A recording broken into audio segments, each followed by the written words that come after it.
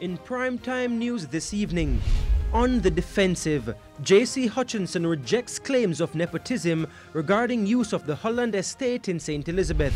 Jamaicans react. How do people feel about local and general election on the same day? And local disadvantage. Councillors worry a single election day will put them in the shadows.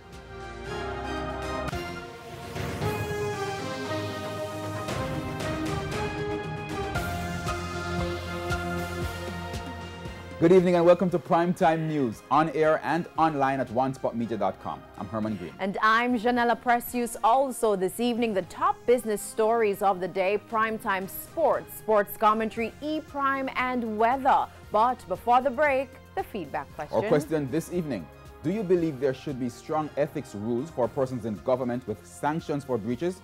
Give reasons for your answer. You can share comments online, facebook.com/television Jamaica, and tweet us at Television Jam. Please stay with us. Primetime News returns right after this break.